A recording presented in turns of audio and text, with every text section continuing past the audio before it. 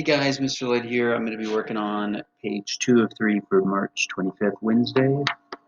This is the page. I'm going to leave up this problems number 1 through 6 here, and I'm not going to go over them, but you can copy and check your work there. Just some fraction operations there, addition, subtraction, multiplication, division. I'll start here on my board with problem number 7. So what we're being asked to do here is compare prices for cans of soup at 2 different supermarkets. And they want to know which is the better deal, which store offers us more soup for the lowest possible price. So I set this up as division here, dollars divided by cans of soup, and we'll look at buy it here, and so it's $10 divided by 4, so that's $2.5 per can. And then we're going to do the division for supermarket is the name of this supermarket. It's a strange name, not very creative, but anyhow, the most important thing is they're asking us how much does it cost per can. So I just divided 30 by 18. I got $1.66. Here we can pretty simply tell $1.66 per can is a better deal. It's a lower price than the store called Buy It Here. So supermarket is the better, and that is the explanation. Problems number 8 through 11, they're just asking us to write each expression as repeated multiplication or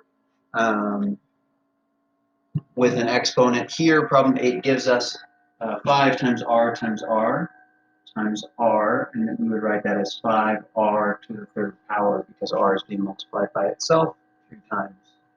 Number 9 gives us 5 to the fourth times v, so it's asking us to write it out like this, 5 times itself 4 times, and then don't forget the v at the end. Number 10 has u times u times u times u times u times 4 times 4. So that's going to be u to the fifth, because that's u times itself 5 times 4 squared, because it's 4 times itself 2 times. Okay, and then number 11 says b times y times y times y. That's going to be b times itself 2 times and y times itself 3 times. B squared y cubed is how we would read that. Okay, I'm going to pause real quick to get the next set of problems put up. All right, so problems 12 through 15 give us some exponents and some variables, and it gives us a value of 4 for p and 7 for q, and we're just going to use our substitution, follow order of operations to solve these, so I'll go through quickly. This would be written as 2 times 4 squared, exponents first, so that's 16 times 2. The final answer would be 32. Coming over to 13, p plus q, 4 plus 7. We do the parentheses first. Don't forget your exponent when you write it on the next line there. 4 plus 7 is 11 squared. 11 squared happens to equal 121.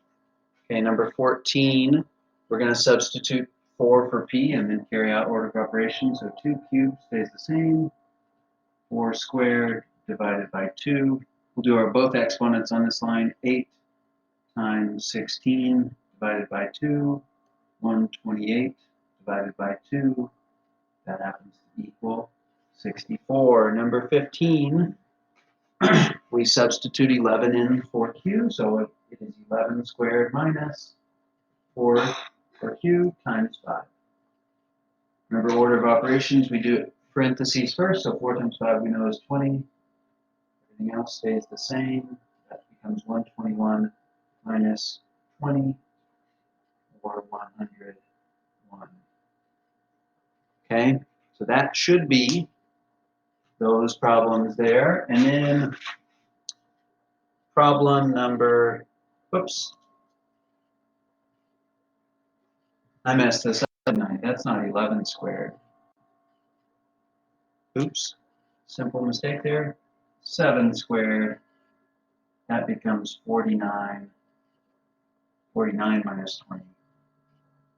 Answer is 29. Just like in class, making mistakes at home too. Final problem to stretch your thinking. I'll just hold it up. It's a simple one.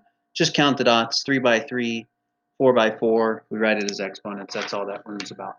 Okay, thank you for your patience. Thanks for accepting my mistake.